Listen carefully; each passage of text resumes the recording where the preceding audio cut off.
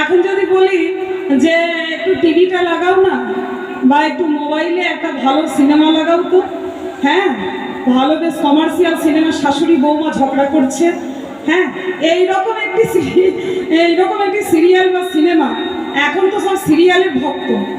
আগেকার দিনে আমরা আমাদের মায়েদের ঠাকুমাদের দেখতাম যে সন্ধ্যা হলেই বড় বড় বই নিয়ে বসতেন, মানে গীতা, ভাগবত, রামায়ণ এইসব আমরা দেখতাম। হ্যাঁ, আর যদি বলা হয় চলো না অমুকের বাড়ি কীর্তন হচ্ছে গো, দূর কে যাবে, ওর থেকে ভালো কি বাড়িতে বসে বসে একটু সমালোচনা করি। যেখানে দুইজন শাশুড়ি তো সেখানে বৌমাদের সমালোচনা, আর যেখানে দুই চারজন বৌমা তো সেখানে শাশুড়ি মায়েদের সমালোচনা। আজকে বাবা হরিকথা কৃষ্ণ কথা এখন শোনার মানুষ খুব কম, কিন্তু হরিকথা কৃষ্ণ কথা না শুনলে বাবা আমাদের যে উদ্ধার কখনোই সম্ভব নয়। আমরা যদি হরিনামে না আমরা রুচিবোধ রাখবো আমাদের, তাহলে কখনোই আমাদের আগামী প্রজন্ম কখনোই কিন্তু আমাদেরকে দেখে শিখবে না। আমরা যদি সন্ধ্যাবেলা সকালবেলা একটু 5 মিনিট হলেও যদি আমরা গীতা পাঠ করি, যেমন আমার দিদি পাঠ করেন, আমার মা করেন, মায়েরা হয়তো যারা মাইকে আস্বাদন করছেন বা সামনে আছেন মায়েরা বাবারা বলবেন যে তোমার দিদি আর তোমার মা পাঠ করেন বলেই কি সবাই করবে? হ্যাঁ, সকল মায়েদেরকে শ্রীমদ্ ভাগবত গীতা হাতে করতে হবে। কেন হাতে করতে হবে? কেন কি আমাদের যেমন পড়াশোনা করাটা প্রয়োজন, যেমন ভালো চাকরি করে অর্থ উপার্জন করাটা প্রয়োজন, যেমন বড় ব্যবসা করে অর্থ উপার্জন করাটা প্রয়োজন, ঠিক তেমনই আধ্যাত্মিক প্রয়োজন। তাহলে আধ্যাত্মিক চিন্তনটা আমরা কেন করব? আমাদের আত্মার উন্নতির জন্য, আমাদের আত্মা আরো উন্নত হবে। যেমন করে ভালো ভালো খাবার খেলে, মানে কত কত প্রাণী আমরা হত্যা করে করে রোজ খাচ্ছি, মায়েরা খাচ্ছি তো। জন্মদিন হলে এখন কি পরমান্ন রন্ধন তো হবেই, তার সঙ্গে কি হবে, কত কত প্রাণী হত্যা করে আমরা খেয়ে নেব। আমরা এইগুলো শিখবো। কিন্তু মায়েরা, আমরা যদি কৃষ্ণ প্রসাদ জন্মদিনের সেবা করায়, কৃষ্ণ প্রসাদ নিরামিষ প্রসাদ কৃষ্ণ চরণে নিবেদন করব, করে সেই প্রসাদ আমরা পাবো। সেই মহাপ্রসাদ পেলে আমাদের যে গুণ শরীরে, কিন্তু কত কত প্রাণী হত্যা করে যখন আমরা সেবা করব, সেই হত্যা করে সেবা করলে আমাদের কিন্তু সেই পারমার্থিক আমাদের কোনো উন্নতি হবে না। আজকে আমার মা গীতা পাঠ করতেন, আমার ঠাকুমা করতেন, আমার দিদা করতেন, দাদু করতেন বলেই আমরা শিখেছি।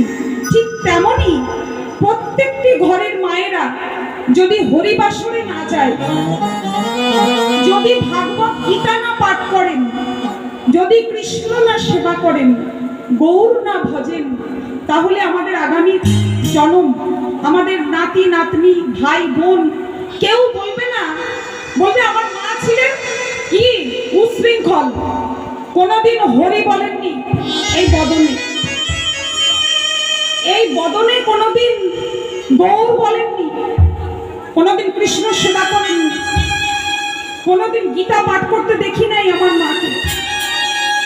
আমার সন্তান বলবে, শুধু আমার মাকে দেখেছি কাকিমাদের সঙ্গে, জেঠিমাদের সঙ্গে, পাড়াপড়শিদের সঙ্গে জটলা পটলা করতে আর ঝগড়াঝাটি অশান্তি করতে। ও মায়েরা, আমাদের এই হাত কিসের জন্য? মা এইখানে মায়েরা ছিলেন, মায়েরা প্রস্থান করলেন, সেই কারণে আমাকে এই প্রসঙ্গটা তুলতে হচ্ছে। আমাদের এই পা কিসের জন্য? আমাদের এই চরণ হরিবাসরে যাবার জন্য, আমাদের এই চরণ এদিক ওদিক হাঁটার জন্য নয় মায়েরা। আমাদের এই হাত, আমাদের এই হাত কি জন্য? আমাদের এই হাত দিয়ে কৃষ্ণ সেবা করার জন্য। এই যে গোপাল, রাধা, মাধব, এই যে আমাদের হাত দিয়ে, আমাদের হাতের কাজ হচ্ছে শুধুমাত্র কৃষ্ণ প্রসাদ তৈরি করা, কৃষ্ণের জন্য বাসন মাজা, কৃষ্ণের রূপ মাধুর্য মোছা, পরিষ্কার করা, শৃঙ্গার করা। আমাদের এই শরীরের, আমাদের হাতের এই পঞ্চ ইন্দ্রিয়ের মধ্যে আমাদের হাতের ত্বকের এই কাজ। আর আমার কান কি করবে? আমার কান এই সমালোচনা শুনবে না। এই কাকিমা কি করেছে, জেঠিমা কি করেছে, ঠাকুমা কি করেছে, পাড়াপড়শি কি করেছেন, এই কান কিন্তু আমাদের হরি কথা, কৃষ্ণ কথা আস্বাদন করার জন্য, পাড়াপড়শিগণের সমালোচনা আস্বাদন করার জন্য নয়। আর আমাদের এই মুখ, আমাদের এই যে বদনে আমাদের এই মুখ দিয়েছেন হরি নাম বলার জন্য, হরি উচ্চারণ করার জন্য। না জানি আমরা কত কত জনই ভ্রমণ করেছি, 84 লক্ষ জনই আমরা ভ্রমণ করেছি। কখনো বা গাছ হয়েছি, বৃক্ষ হয়েছি আমরা লক্ষ লক্ষ জন্ম আগে। কে জানে মা, এই জন্ম আমার মানব জন্ম, আগামী জন্ম আর মানব জন্ম হবে কিনা, এই বদনে আর হরি বলতে পারবো কিনা। কখনো আম গাছ, জাম গাছ, বট গাছ হয়েছে, কিন্তু এই বৃক্ষ জমিয়ে ঘুরতে ঘুরতে ঘুরতে যখন আমি এই তুলসী বৃক্ষ হলাম, না জানি কত বৈষ্ণবগণের কণ্ঠে আমি মালা হয়ে পড়লাম। গোবিন্দের প্রসাদ তৈরির জন্য আমার পত্র কাজে লাগলো, আমার বৃক্ষ জন্ম হলো সফল।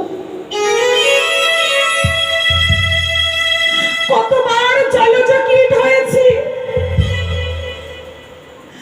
জলে ছিলাম, কখনো শামুক হয়েছি, ঝিনুক হয়েছি, মাছ হয়েছে।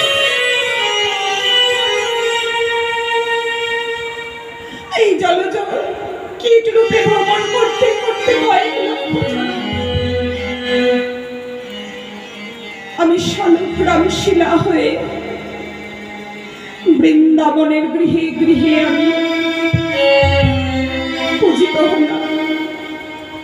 তখন আমার জলজ কীট হওয়া সম্পন্ন হল। কখনো বা আমি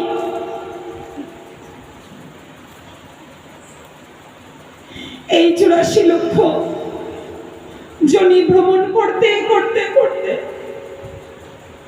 4 লক্ষ বার আমি মানব চরণ পেলাম। এই মানব জন্মে সবাই গেছে হরিবাসরে, কিন্তু আমি হয়েছি খোড়া। সবাই হরিবাসরে গেছে, আমি হরিনাম শুনতে পাই। আমি হরিবাসরে যেতে পারি না, কেন? আমি হয়েছি খোড়া। কখনো বা হয়েছে অন্ধ। সবাই গোবিন্দের শ্রীমুখ দর্শন করেছে, কিন্তু আমার শ্রী গোবিন্দের শ্রীমুখ দর্শন করা হয় না। কখনো বা হয়েছে কালা। কত কত জায়গায় হরিনাম হয়েছে, হরি কথা, কৃষ্ণ কথা হয়েছে, আমি শুনতে পাই না। সবাই শুনেছে হরিবল, কিন্তু আমি শুনতে পাই না। কখনো বা হয়েছি আমি বোবা। এই 4 লক্ষ জন্মের মধ্যে কখনো বোবা হয়েছে।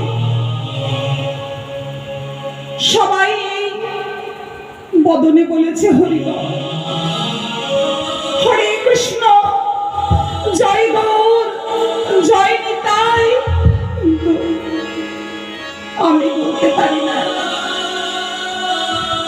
আমি হয়েছি বোবা।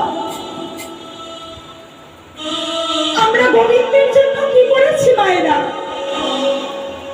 আমরা এই মানব দুর্লভ মানব শরীরে আমরা তো কিছুই করলাম না।